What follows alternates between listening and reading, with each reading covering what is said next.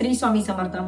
बघा, एका ताईंचं असं म्हणणं होतं की मी खूप स्वामींची सेवा करते, खूप दिवसापासून मी स्वामींची सेवेकरी आहे, पण मला स्वामींच्या सेवेमध्ये जेही मी सेवा करते त्याचा मला रिझल्ट मिळत नाही, मला फायदा होत नाही. जेही मी सेवा करते त्याचा फायदा होत नाही मला. मी सेवा करतच राहते, पण कधी कधी माझा विश्वास उडालेला आहे. अशा प्रकारे त्या ताईंनी पाठवलेला आहे लिहून.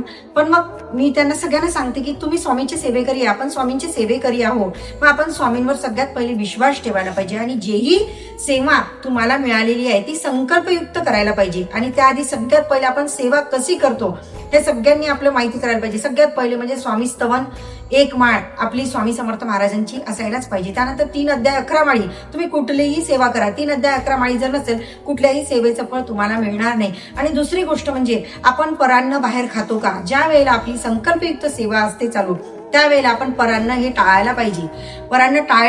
आपण जेव्हा परान्न खातो तर काय होतं, जेही सेवा आपण करतो त्या सेवेचं सगळं फळ आपण इतरांना देतो. मग आपण काय करायला पाहिजे, परान्न टाळायला पाहिजे.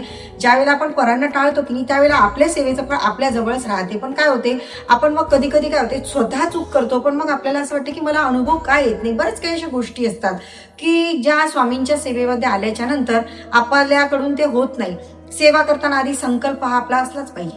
संकल्पयुक्त सेवा केल्याच्या नंतर त्याचा रिझल्ट 100% मिळणार. महाराजांच्या केंद्रात जायचं आपण सोडून देतो, कारण बरेचदा असं वाटतं की स्वामी महाराज घरी आहे. हो, बरोबर आहे, स्वामी महाराज घरी आहे, फोटो तुमच्या घरी आहे.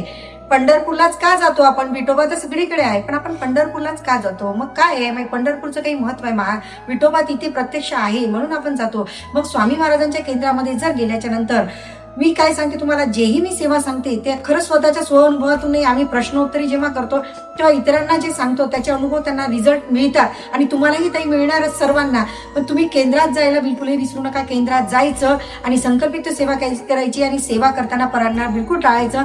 तुम्हाला 100% रिझल्ट मिळणार म्हणजे मिळणारच. आणि व्हिडिओ आवडल्यास लाईक करा, शेअर करा आणि खरंच जर स्वामी भक्त असेल तर कमेंट बॉक्समध्ये श्री स्वामी समर्थ लिहायला विसरू नका. श्री स्वामी समर्थ.